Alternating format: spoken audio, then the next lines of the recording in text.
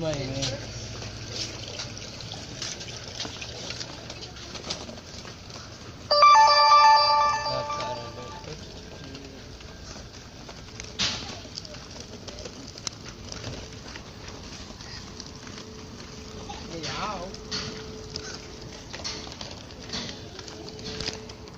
And we're going to start out with here a couple of common birds that you probably see, you can see on a daily basis, anywhere, a park you go to. And these are these two pens here. In here we have fish crows, which are the most common crows that you're going to see in this region. And I'm probably sure a lot of you have heard about how clever and smart crows are. And it's really true as far as the cleverness goes. They are extremely clever. They're one of the few birds that actually learn to use their environment around them and stuff they find to, like, when it comes to eating food, they will take different things they find around them and use them as tools to get into like maybe nuts that they can't open up, or seeds that they have problems opening up. So they've learned a little bit more than other birds on how to adapt with that. And a lot of people, especially in the more rural areas, areas where you got a lot more farms and fields and that, a lot of farmers will get upset with crows because crows will come by and steal their crops and everything. So they've tried everything to keep crows away. Of course, you have, scare crows, but a lot of times, that doesn't work. So fashion different things to scare crows off. And it usually works for a little while, and then the crows figure out how to get around whatever trap they come up with, or whatever deterrent they come up with. Eventually the crows adapt, then that no longer works. They'll have to come up with new types of deterrents or traps. Once again, that works for a while, then the crows figure it out. So they're very clever and they're very adaptive birds. The injuries that our crows have in here range, different injuries. We have 3 crows in there. One of the ones, the main, his injuries are pretty obvious. If you were able to see him, he's missing a foot on his one leg, and he's also missing an eyeball. So obviously that's why he's here. It's not something that he's in chronic pain. It's been taken care of medically, so he's not in chronic pain, but obviously he would not survive long at all into the wild.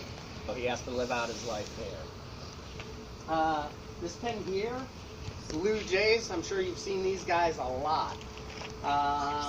What a lot of people don't realize about blue jays is how well they are at mocking not only other animals, but also even inanimate objects. They can mimic car alarms, doorbells, telephones, all kinds of stuff. As far as other animals, we have one here that meows like a cat from a distance. If you don't know that it's coming from the bird, you can think it's a cat.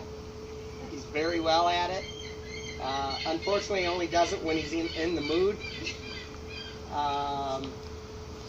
They're very good at mimicking other animals, especially other birds.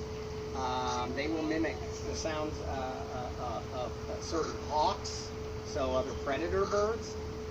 There's a good chance, unless you really know, are good expert on certain bird calls are, there's a very good chance that there's a lot of times you're out and about and you hear what you think is a hawk from up above, and there's a very good chance it's not. It's a blue jay.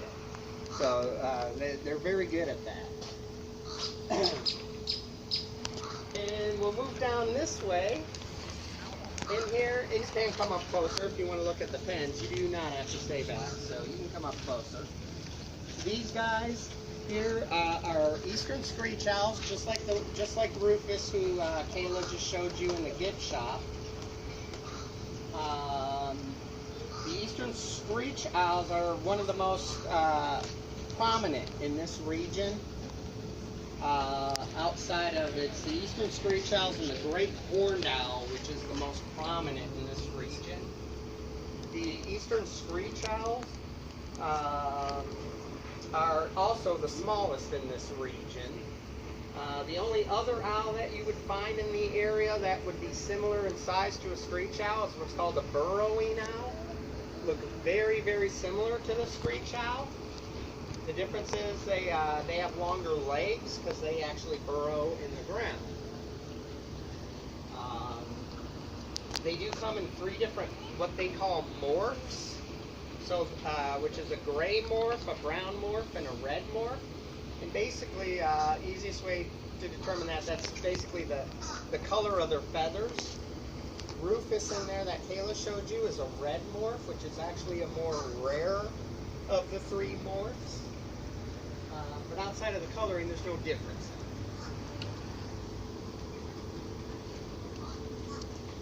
Yes, they are like all owls. They are nocturnal, which a lot of people get confused on what exactly nocturnal means. Nocturnal does not mean that they sleep all day and they're up all night. Nocturnal just means they're resting. So they will sleep they'll stay. They won't go gathering food. They'll just, wherever they are, they just stay there and just resting. That's right. Many people ask why they don't see, like during the day, these guys out. They're like, well, they're in hollowed out parts of trees, but a lot of them don't. A lot of them are just out on the branches, and they're not inside a tree or anything like that. But they are so good at camouflaging that unless you're actually looking for them so well to the trunks of the trees that you really can't see them. So that's why during the day it's very rare you're just going to see one. It's not because there's none necessarily, just because they are very hard to spot. This here is a red-tailed hawk, right down by our water dish. Her name is Isis, and Isis is with us for a couple different reasons. One reason is because she has very best. And she is Jussie. I know we inherited her. The other organization that used to be on this property had her, and they got her back in 1990. She's pushing way past her life expectancy. Out in the wild, her average life expectancy is about usually around between 11 and 15 years, sometimes up to 17 years. Every day necessarily. Sometimes they can't find something for them to eat every day. So here they've got something to eat every single day. They eat very well. And like I said, there's no predators. So most birds in captivity, and any animal for that fact, will normally live way past their life expectancy. The red-tailed hawk like Isis, a little bit of trivia for you. A lot of times when you guys are watching a movie or a TV show, and it's like, say, taking out a place out in nature, and they may even show a hawk on screen, and you'll hear the hawk give its call. A lot of times it doesn't matter what kind of hawk or even eagle they're showing on there. It's 9 out of 10 times what you're hearing is the red-tailed hawk, because that's what Hollywood uses. They feel that the red-tailed hawk has a much better sound than any of the other hawks and eagles. So even if they're showing you a bald eagle on the screen, it's usually a red-tailed hawk that is the call that they've dubbed into the movie. Oh. So what is a regular eagle? What would an eagle sound versus a hawk? Hard for me to describe. I mean, I really can't. I definitely can't mock it, but you gotta work on that. There is definitely a difference, and that's one of the reasons Hollywood uses the red-tailed hawk sound, is because they just have a much distinctive, stronger kind of, I guess, ominous, cooler sound, I guess, for lack of a better term. Yeah, we have a lot of wild birds. We have a lot of wild birds around here. They hang out. We feed our residents here, the fish eaters, depending on the time of year. Like right now, we probably do about 300 to 350 pounds of fish a day to feed our fish eaters.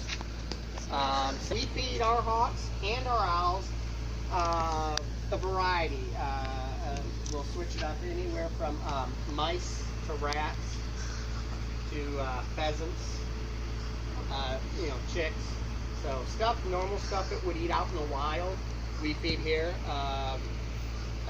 We get our supply comes in from like a lab. That's what they do is they breed mice and rats and chicks and stuff like that for the purposes of feeding zoo animals, stuff like that. So they comes in frozen and we put them now that do feed their animals live. The main reason we don't do it,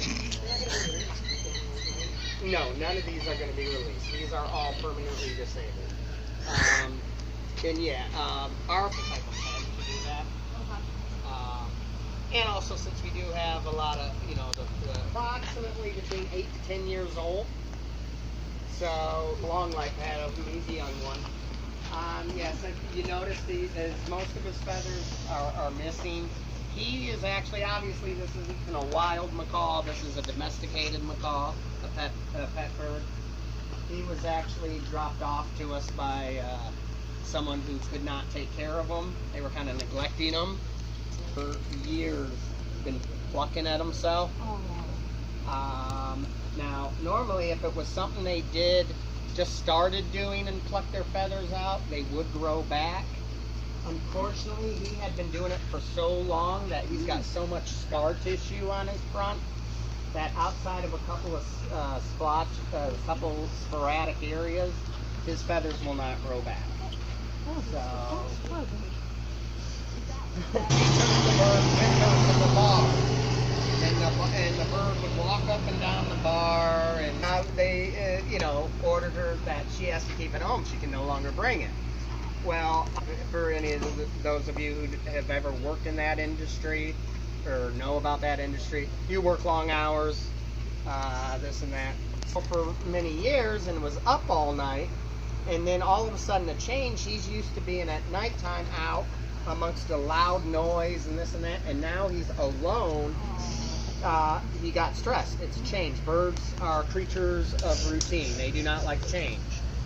So out of stress, he started plucking all his feathers out, and apparently she never addressed it. She never took it to a vet. So he had been doing it for so long, he's built up way too much scar tissue, and he's like that permanent. And he's not plucked anymore. What he's doing there when you see him is he's just doing normal preening, just kind of cleaning him. Now it doesn't mean he won't eventually start plucking again, but so far he seems to have he's fairly happy now, so we've seen no signs of him plucking anymore. He's been here? Well, he came in late last year. I want to say November, December, sometime around there. And now he doesn't actually live here. He goes home by me. So I bring him back a few days a week whenever we have tours and that, and he hangs out here then. Otherwise, every night he comes home with me. And help cool him down. And then also we would put something on a special medicated stuff on his chest. But he rarely is out. Most of the time during the day he is actually inside. Like today, I brought him out here because we got you guys coming here, so figured you could enjoy him. No, not. Like I said, this is not cold. I mean, he's outside now. Right. Even inside, you keep at the temp. If you keep your house at a normal. This here is a red-shouldered hawk. They look very similar to the red-tailed hawk that Isis is. Oh yeah, you'll see. Really, all the birds we have here are birds that are indigenous to this area. There's one exception, one bird which I'll show you later, and I'll show you. But red shoulders hawk, yeah, absolutely, you will find them here. And yeah, he's right up there on the top perch. And his issue is he can't fly. And the reason he can't fly is he came in with a wing injury that was badly infected. And by the time, by the time he was brought in, it was so bad there was nothing. It had caused permanent damage to the wing. That was irreversible. So so Popcorn cannot fly. So that's why Popcorn's here with us. The birds that you bring in that are injured, are they're animals that have been A great horned owl, and you will see them over in the back right-hand side. The great horned owl is on the bottom limb, and then directly above them is the barred owl. at our house. These guys. The great horned owl, a lot of people automatically assume a bird like maybe a bald eagle or something like that. It would be a bird that is the strongest, has the most power, and I'm here to tell you that that's actually couldn't be further from the truth. As far as power goes in their talons, the great horned owl, for example, and its claws. I think that's more than my German Shepherd's Yes. mouth, right? I think it's like 300 pounds. Now, you compare the great horned owl to the American bald eagle. The bald eagle only has about 250, about on average between 250 to 300 pounds of pressure each.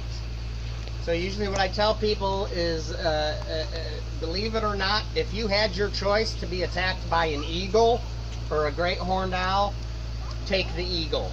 The great horned owl is much stronger than the eagle. And in nature, sometimes the two do clash. And the majority of the time, the great horned owl will win in a fight with an eagle. Owls touch their beak. That you have to worry about.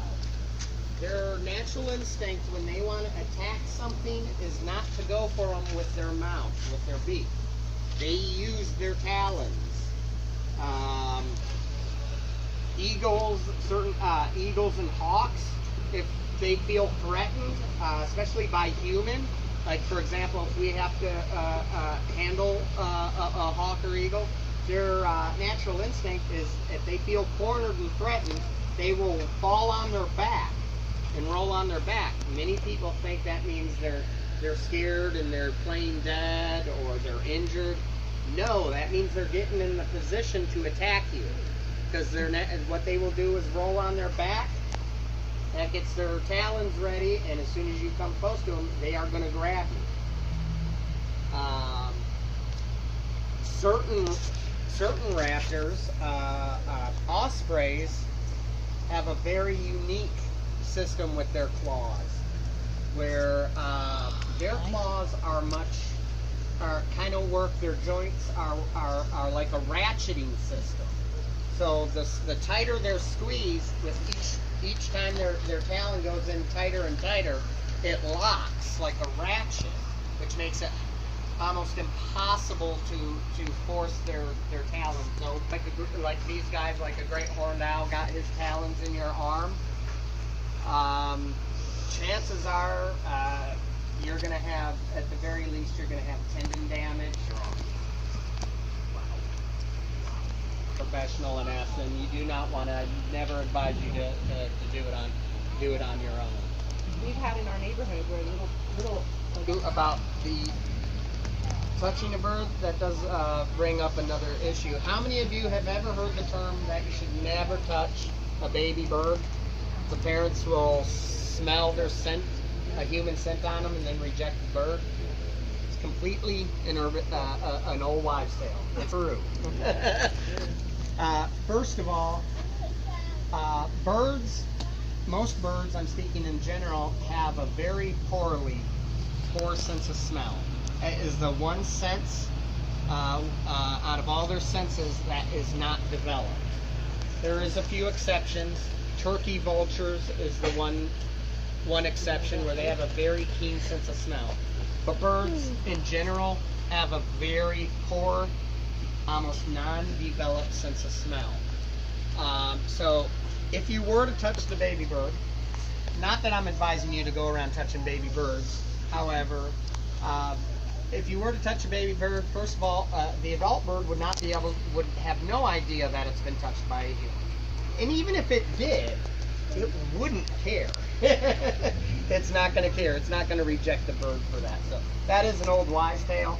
Kind of like never throw white rice at a wedding because it makes birds' stomachs explode. That? That's not true either? That's not true. Rice is a major part of most birds' diets. We were at a wedding last year and somebody did that and they got a bit upset.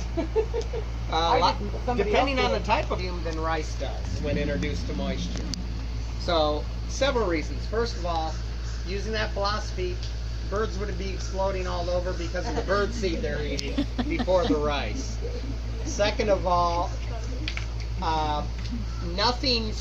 birds have a very high metabolism.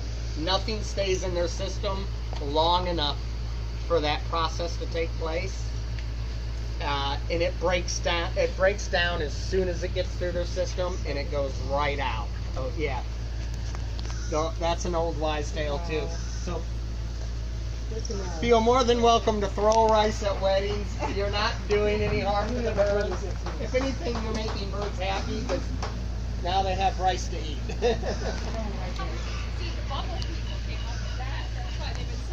Dude. Yeah, let's go. Shit, finally talk. Finally, I talking. Here, the same as kind of like what you saw in there. We have a great horned owl here and a barred owl here.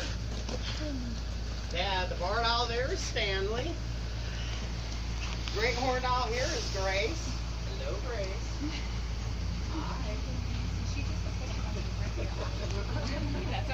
Take a look at that. She's trained to be one of our educational birds, so we're getting her trained. I'm assuming I'll be taking pictures at the same time. Why does that keep going Go off? out to events. She's not quite there yet, but we're training her, and so hopefully she will be there to that point where we can take her out to events. Huh? She is here. Grace has a partially amputated left leg. We didn't treat her. She was treated at a different. Alright, let's go over here. First of all, I do apologize because this vlog is really long, and I apologize. Like, you're probably gonna be seeing like even more vlogs like this, like where it's so long. It's just I think this might be the only one that might be this long, so I'm sorry. Anyway, back to what we were doing. That caused the tissue to die. Kind of like gangrene, like gangrene. And that's probably why it was taken off. And that could have been caused probably by a break. Where did that come from? She originally sustained. Yeah, well, we're right on the beach, so the pelicans are going to hang out here. And we will go down this way. Alright, here's the next location. On the inside or the outside? The outside, that's a black vulture. Now the one on the inside that's close to him, that with the red head, that is a turkey vulture. The turkey vultures and the black vultures are very similar. Really the only way to tell the difference between the two by eyeball is by their heads. The turkey vulture has the red head and the black vulture has the grayish black. There's Ambrose. As I was saying before, the exception to the rule of with I gotta birds take a not picture having of a good this. sense of smell is the There we turkey go. vultures. they have a very keen sense of smell. And the black vultures out in the wild have actually learned to use that to their advantage. Because the black vultures don't have a keen sense of smell like the turkey vultures. So what they will do is they will wait for the turkey vultures to find food, and then the black vultures will swoop in and try and steal the food from the turkey vultures. Obviously, vultures eat carrion, which means, basically it means dead animals, anything dead. They eat dead, decomposing meat. Very rarely will you ever see a vulture eat anything alive. The only time it'll eat something alive is if there is nothing dead around that they can find. And if they're super hungry, can't find anything dead, then they will attack something alive. One interesting thing about vultures is their how they defend themselves. Unlike other birds, their way of defending themselves is they will projectile vomit. And a good comparison, how to compare the smell and the damage that their vomit causes, Sorry, is so by any of you who've ever been sprayed by a skunk. Okay, it's pretty much kind of the same thing. It is very strong and it is a very putrid smell. If they projectile vomit on your clothing, pretty much say goodbye to your clothes, burn them. You're not going to get that smell off. So obviously it makes it a little hard on us when we get vultures injured that we have to treat and take care of, because their natural instinct is going to want to vomit on us. Luckily, Is it projectile? Or? it's projectile. It is projectile. Wow. Yeah, so. I don't know if anybody here has ever seen the Turtle Man. I think it's on Animal Planet. But he's from Kentucky, and he goes out and he's like a critter catcher. Basically. Okay. Yeah. And he got sprayed by a skunk, and he had to get in a bath at the end of the show of tomato juice in order to get that smell off. Oh, it's up there. When I was a kid, I'm originally from Detroit. Oh, Rural right over part there. of Detroit, out in the more Yeah, right there. outskirts where we actually have like some farming and this and that. When I was a kid, me and my dog got sprayed by a skunk, so that was not fun. It's the only time I've been sprayed, and hope I never get sprayed again. Just like I hope I never get projectile vomited on. I have yet to get vomited on. I've had them vomit towards me to try and get out of the way. One of my colleagues here unfortunately did get vomited on. Check this out. Look how long now. Holy moly. On yourself? And I've already made, and I've already told. I'm sorry, it's so long. Other than that, you can repeatedly bathe, and eventually that will subside it, unlike a skunk. As far as your clothes, forget it. They're done. The one hanging out outside? Yeah, that's a wild vulture. Right behind you here, these are our shore birds. So these are going to be birds that are in here that you would find a lot in the area if you go out on the beach. So, like, we have a couple of laughing gulls in here. The bird in the far left corner there with the long orange beak and the black head and the orange eye. There's two of them in here. Those are called oyster catchers. Most of them are hiding. But yeah, these are all birds you would find out on the beach. And here is a little thing that you guys are probably not going to believe, but what would you say to me if I told you there is no such thing as a seagull? Oh. That's it. We gotta go. That's it. We're out of here. There is no such thing as a seagull. There's laughing gulls, there's lava gulls, there's Arctic gulls, there's Benedict gulls. There is no such thing as a seagull. The birds as a species are just called gulls. That's it. Somewhere along the line, people have Do you think I should split this added on the word into like sea multiple? to the gall. It's up to you. Everybody, How long can you everybody do 'em? calls them seagulls. Doesn't matter. Yeah, like I usually go for like a really long time. Like anytime we do I would that, probably, you could do the whole one here and then do the other stuff later in a different one. But don't feel bad because there's still vets that will actually yeah, call cause them seagulls. I I have, there it is, one, right there. One vet. I already got it. That will still even Don't forget invite those us guys. to like seagulls. So I mean, it's something that's been done. Something you would always hear at the so many beach. years, and everybody's so Speaking of used which, to I it. actually want to go back Professional will- to the will beach. Just mess up and still refer to them as seagulls. So they're inland, they're out, they're everywhere. Yeah, gulls you'll find. I mean, obviously they stay to the shoreline, but they have a radius of gulls, so they're not just at the beach. Oh, They well, will that is a come in, really big fan. so many miles inland from the shoreline. Well, isn't it obvious now?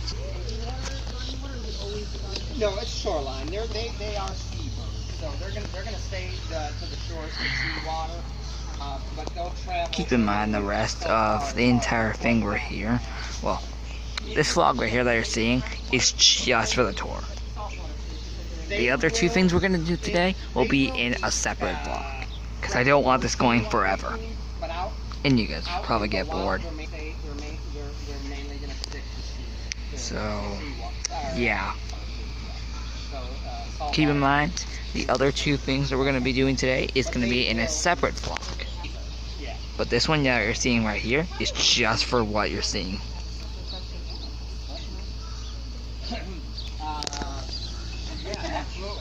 Alright. Alright, I just announced that the other part of today, Yeah, we'll be in a different one. yeah, we'll be in a separate one because I don't want this going like forever. Oh, I can go as long as I want. Well, I'll end it once the tour is over. They're done with no more medications they need to be given, but we were just hanging on to for a little while longer, just to ensure. As long as it's something that we're confident that we can release it early, it will be released early. Right. Anything that is still getting treatment, that still needs medication. By the way, there's real squirrels. Will be So I'm talking so quiet. other rehabbers that we work with. It's just, we're just doing that right now. I will talk louder in the next vlog. It's just we're doing the tour and I don't really want to be loud. So I'm sorry. To evacuate for a hurricane, then we contact them, see who has room for what. Alright. Make arrangements and transfer them out of the hospital to those facilities. Do you all personally transfer them, or? It depends. It depends on the arrangement we have. Usually the rehabbers themselves will come, and because they know we have a lot to do to prepare here at Sebastian. Alright. So a lot of times they in transfer it themselves. Sometimes we will have to transport them ourselves. And then as far as our permanent Sorry residency, about that. these Is there anything you want to do this month? so temporarily, yeah, temporary. So everybody. Okay. Oh, check that out right there, right there, right there. I gotta get a picture of that. I repeat, I have to get that. So wherever they And we'll just finish up. now. Okay, did I get that? Hopefully I did. You did evacuate. Everybody was evacuated out of the hospital. All our permanent residents were, except for our pelicans. And on this day, most of them, what we did is transfer them into the hospital. Hope you guys like this, Those, it's the whole because I'm kind of enjoying it. that actually have room for the big pelicans. So that we had, those guys we had to just train in. So, and they did well. So, but yeah, everybody else is for now. Can we get louder here as the storm starts to prepare? Like, can you sense the birds? Yeah, birds, like most animals, they can sense stuff like that. and we will notice a difference. What? Not just in their attitude, you know. So luckily, we only had a couple fatalities from having to evacuate, and the fatalities weren't caused by the storm, it was caused by stress from transport. Especially when you're dealing with a lot of our permanent residents here, a lot of them are very old, because like I said, even though we're new, we've only been here since September of last year. The facility that, the organization that was here before us had been here since 1971, and some of these birds have been here since the late 70s, the 80s. So, yeah, so just the act of evacuating them is very stressful, and unfortunately we did lose a couple. Do you know? What are you doing? I don't know a total. I know they have. I know they did for Elena back in '85. I know they did. Were you? You okay? 2004, I believe.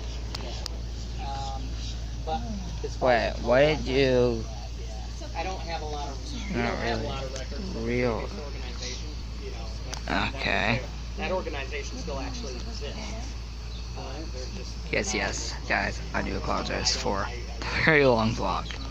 Like I said again, once the tour is over, I will end it. That probably won't be for a while now, and I don't really mind. Being in this line of work, my background, believe it or not, is I was, for most of my life, I was a concert promoter and syndicated music columnist. Oh, wow. And I worked in studios, promoted concerts. I was also a syndicated columnist. And then there was a brief period of time when I was a bank manager and casino manager for about 10 years. Outside of that, it was all music. What brought me here was, before from music, I would do a lot of charity work. Where did that come from? Different charities. One of my favorite charities to do benefit concerts for were wild animal sanctuaries. And I've never done one for the organization that was here at the time. I did big ones in other parts of the state. What? You don't like being filmed, do you? Because of what I was doing, I was getting at the end of my career with that. I was getting ready to retire. Yeah, I plan to. I did a lot of my work was done at this. Because we gotta get to the During next the thing. day, What do you outside mean? of homeschooling my daughter, because I am a single father, so I've been home her and everything. As she got older, she needed me a little less doing one-on-one with her, so I had more time during the day, and I decided to. Wait, what were you saying? But so yeah, it wasn't. I just meant for this to be a volunteer thing. I just meant to volunteer a few hours. Yeah, that worked out. Make a new career. Keep in mind that even though this is pretty long, I still enjoy it. I still enjoy these. Yeah, I still enjoy these. Even though they are quite long, I still enjoy making them. So, okay. Then they did an joke because he would not want me to aim at him again. Because, again. Anyway, back to what we were doing. Again. Oh, look at that over there. Oh, I gotta take a picture of this. There we go.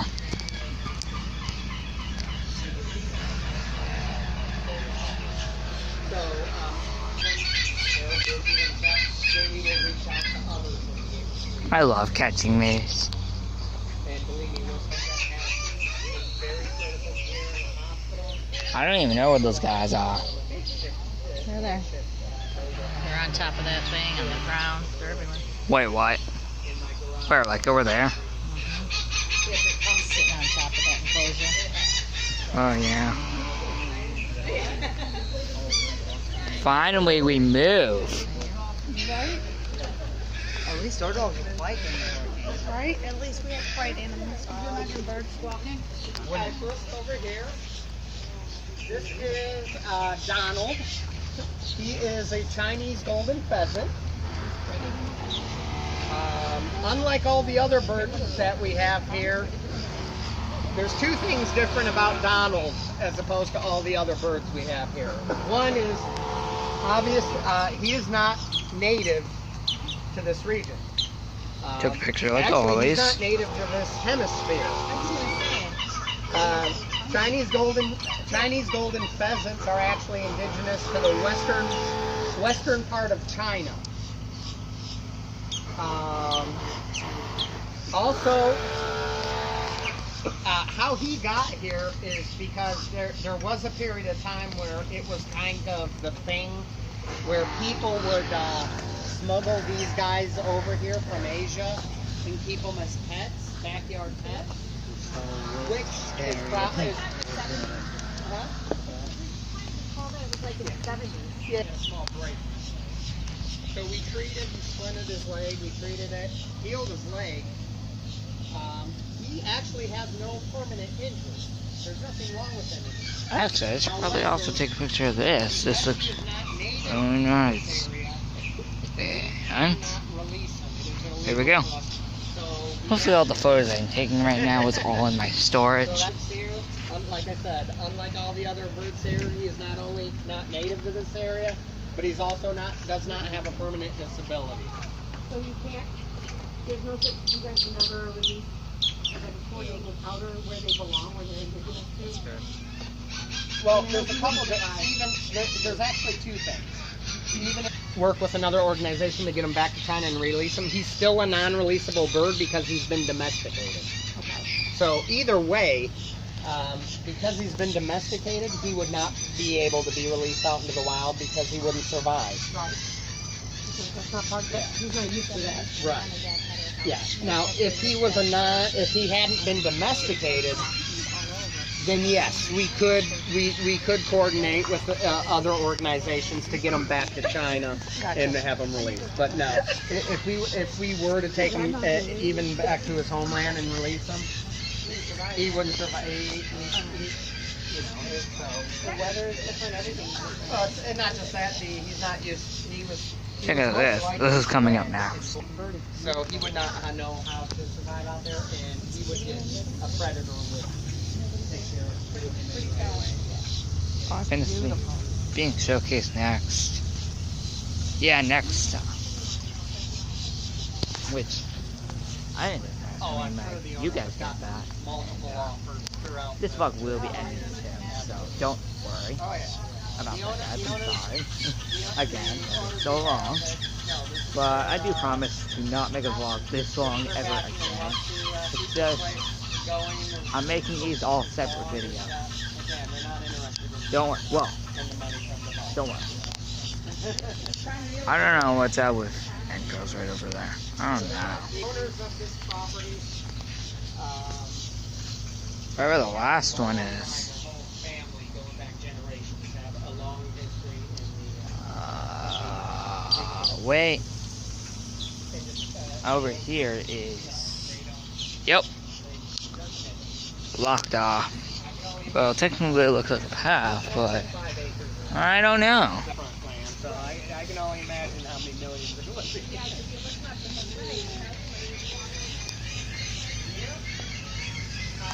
I like it. Oh, check that out. I don't know if you guys can see that, but it's over there. It's over there, guys. Again, what are these birds called? Gulls. We have some gulls here. Well, The big guys where are those guys? maybe they're. Oh, where are okay. they? There's a couple. Yeah. We do have two sandhill cranes in here. Can't find They're them. the really large Where? birds with the red head.